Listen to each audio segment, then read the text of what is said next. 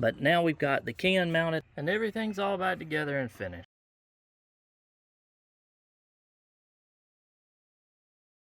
What's going on, guys? Welcome back to the channel. Hope you're having a fantastic day.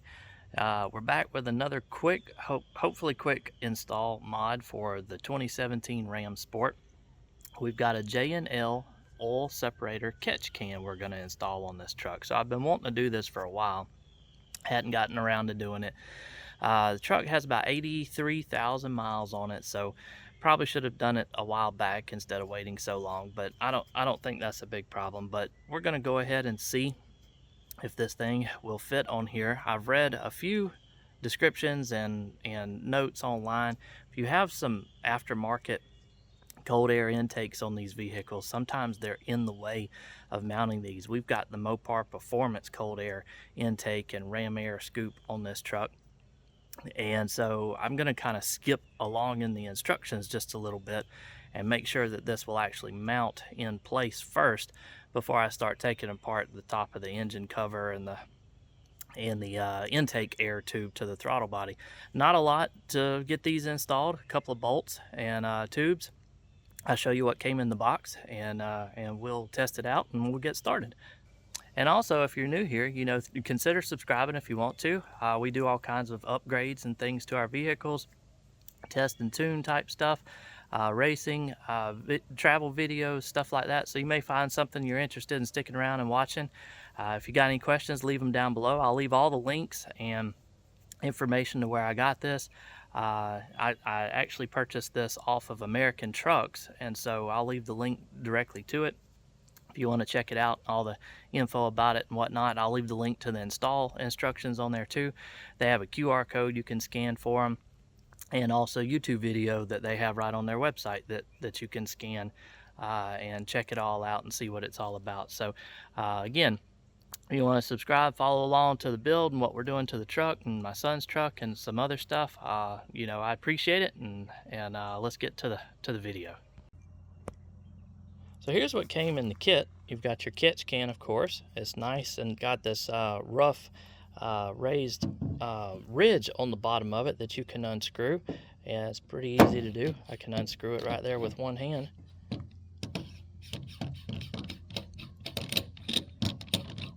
Of course, you wouldn't want to do this upside down if there was oil in it already. But yeah, there's the can that'll come off, and you can empty that and clean that out. And then, of course, we'll filter media, the tubes, and everything there to get it all installed. It's got a nice embossed or etched logo in the top. Of course, that gets covered up once you put the mounting bracket on it. It's got the 2 screw holes there. But luckily, the mounting bracket also has it in the top as well. Then you can see those screw holes there. I've got a couple of little rubber boots, zip ties, the 2 screws in a bag right there that screw the top of this to the mounting bracket, and then of course our hoses and clamps and everything there. And that's it. Very simple. So not much to the overall kit. So first of all, I'm gonna get this mounting arm and see if we can get this mounted inside the truck without interfering with our cold air intake box, and then we'll do the rest of it. All right, so we got step 1, even though it's probably more like step 3 or 4, out of the way first, because I wanted to make sure that this would fit where it's supposed to go. So there's the, if you can see underneath, the 13mm bolt here that you have to take loose. My hand's in the way. You have to take loose and mount it right there. I started to try to see if it would go on this one, but this AC line is in the way too much for that one, so it wouldn't go there. So you can see exactly what I'm talking about with the interference with cold air intakes. This tube that comes off of here and goes into the fender vent is right in the way, and it's jammed up against it. But thankfully I've got enough clearance that I don't have to worry about that or try to bend this or anything. And then this AC line is right on it too, but I'm gonna leave it all alone because it shouldn't vibrate, it shouldn't really rub on anything, and then this rubber should be fine as well. But now we've got the can mounted. I put just a little bit of blue thread locker on the screws just in case there was some vibration. I didn't want the thing to vibrate loose and fall on the ground and lose it. Well, you wouldn't lose it because it would be hooked with the hoses and stuff too, but put a little bit of blue thread locker on it to hold it in place. Got the bolt tightened back up. So now that this is all in place and hooked up, ready to go, we're gonna go back to what should have been step one, removing the throttle body air intake tube and disconnecting that, getting this engine cover off. Probably need to clean this while it's off, looks pretty rough. And that way we can get to the tube that we need to get to hook this up and call ourselves done.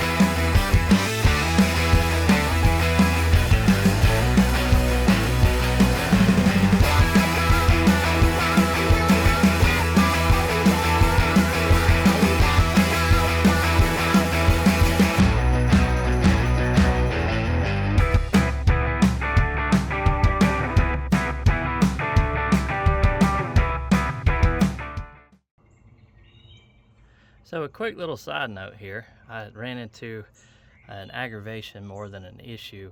I had to take the tube off of my cold air intake to get the engine cover off because I was trying to cheat and see if I couldn't slide it off, but that's not the case because of this breather tube that comes in here. You can see how it's cut through the engine cover, and so you can't just slide it off because it's in the way. So you have to lift it up and over that, or either take the tube off. So I had to take the bolts out of the air intake tube, take it off the box, and now I can get this cover back off. Not a big deal, just a little bit more of an inconvenience than I was hoping for, but we got it all loose now, so hopefully we can lift this off and get to what we need to.